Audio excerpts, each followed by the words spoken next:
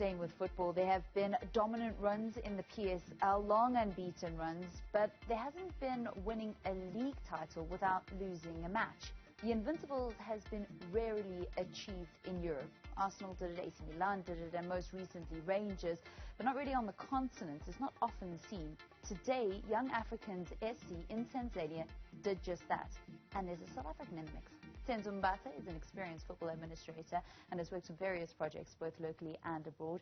Mbatha is currently the CEO of Young Africans Sports Club before serving in the same role for Simba Sports Club, and he joins me now. Congratulations. Mtibwa Sugar were just not going to stand in the way, were they?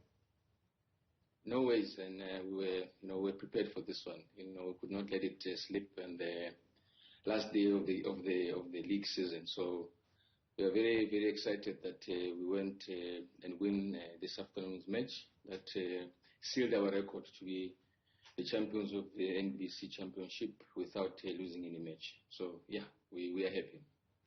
You've won league titles before, 28 of them in the Tanzanian Premier League. What made this season so special? I think what made it special is that the club has seen a drought in the trophies. The last 4 seasons have not been that great, so this one has been a special one because now after 4 years of not winning any league championship, we did it in style. We did it with this record, and it was something special. I mean, the fans were very excited that eventually we managed to come back to the winning ways and we can win trophies. When you speak to your South African colleagues, other people in the footballing industry, how do you describe and compare football in Tanzania and football in South Africa?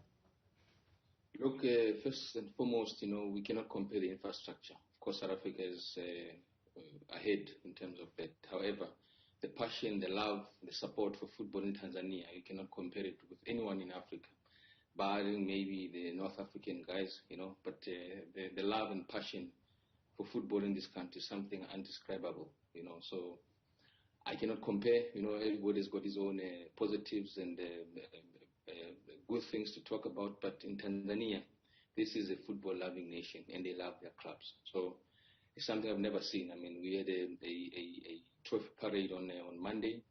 Yeah. The numbers of people that we see on the streets and everywhere we went, it's unbelievable. So I can say that Tanzania, they love their football, and they don't just love it, they support it. It was some incredible scenes. It actually reminded me a little bit of when you had Senegal touch down after winning the Africa Cup of Nations, the amount of people that were just on the streets.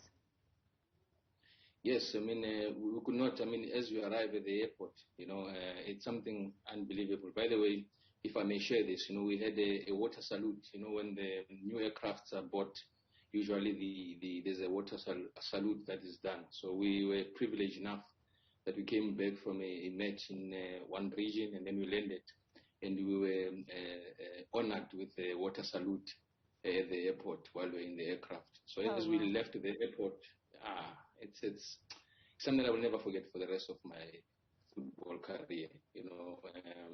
The love, the support, people in numbers everywhere. The bus ride that would take you 15 minutes, it took us about 2.5 to 3 hours to get to the headquarters of the club. What about Young African Sports Club actually performing in the CAF Champions League? Because obviously that's the big one. I mean, after being so dominant in the league, the next one is to perform and excel in the continental competition. Why hasn't the club managed to get it right there? Of course, I mean, the reason is there. I mean, for the past 4 seasons, they've struggled to win the league itself. It goes to say that the depth in the squad, the quality of the players that they had in the past was not that of a good quality to compete in the inter-club competition. But now, with a couple of changes we've made and the signings that we've made, I mean, we've got an unbeatable record in the country domestically. So it means this time around we've got a better chance. I mean, we've prepared better. Already I'm busy with our pre-season camp to prepare for that. On Saturday we have an FA Cup final again to play. So I think this time around we're better in terms of the depth in our squad, the coaches that we have, everything all together. I think gives us a better chance to compete better in the inter-club competition.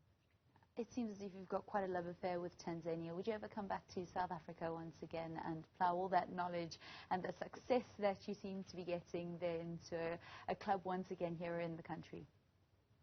Really, I'm a South African. I was born in South Africa. I've gained all this experience started in South Africa. So one day I'll come back home when the time is right, when the opportunities are lined up. I'll come back. But for now, let me gain as much experience as I can. Let me enjoy that a career run that I'm having currently. So let us focus on the Champions League with young Africans. I think at the time which is right, that will happen. I'll come back home.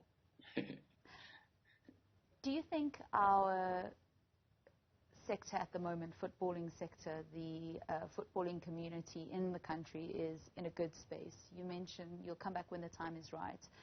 There are a lot of things that seem to be out of place. One of those is that people are not allowed to talk. People are not allowed to express their views, because once you express your view, you are labeled that you know too much. So that's why I'm saying maybe things will quieten down, things will change a little bit, the opportunities will be there, So it's not all doom, I've seen some good product on the PSL matches, the business itself, how things are going. Of course, there are a number of question marks in terms of the court cases that came up in the football. Recently, I was watching the electoral SAFA elections unfolding, a lot of finger pointing, a lot of unsavory incidents taking place in our football. But, it's part of football. Football can never be 100% clean, so to speak. There will be those difference of opinions, but what is important is for the footballing nation to forge ahead, try and have a same and one goal, that is to take our football forward. But it's never too late. I think also the issue of the COVID that has hit us has also made it a bit difficult for football to thrive in terms of numbers into the stadium and the excitement around football. There's a number of things that we need to focus on, that our football is currently not at the level that it's supposed to be. Until just recently, we had Peter Musimane and his technical team excelling in Egypt. We've got yourself in Tanzania. We've got a number of South Africans in very high positions at the Confederation of African Football, obviously with the president being South African, Patrice Motsepe. It seems as if football is also, certainly from South Africa, is exporting a lot of talent. That's what happens when there's the influx of skill in one particular area, So not all of us can be absorbed by the ecosystem of football in South Africa. Also, I think as much as South Africa is a bit advanced, but it's important to learn also how things are done in different territories, understand the political landscape of other nations in terms of their football. We're not only imparting the knowledge to, for instance, in my case in Tanzania, but I'm learning a lot in terms of how to better manage the football, because the environment is different, circumstances are different, challenges are different, so we learn in the process. And I'm sure that with a number of my colleagues spread all over Africa and some of them in Europe, I'm sure that, as I was saying to you, when the time is right, when the opportunity is there, maybe there will be a convergence and there will be start of good things to come to our football. I'm sure you've looked up this word. I just looked it up now. So Invincibles in Swahili is, how do I pronounce this? Hunekane. Hunekane. And that's what young Africans are. Yeah, I think the best one is Sisi Tunawatu. We have our own people. They support us everywhere we go, So I think we are invincibles. We've done very well this season. We still have an opportunity to take another trophy over the weekend in the FA Cup final. So really, we are invincible. I cannot ask for more. We need to applaud the coach and his players, because they're the ones that have provided the invincible tech.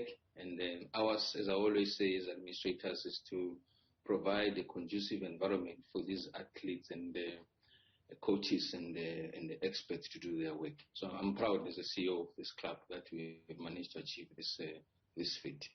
CEO of Young Africans SC, thank you for chatting to us, Senzo Mbatha, here on Newzroom Afrika, and congratulations to you and the team. And with that, we come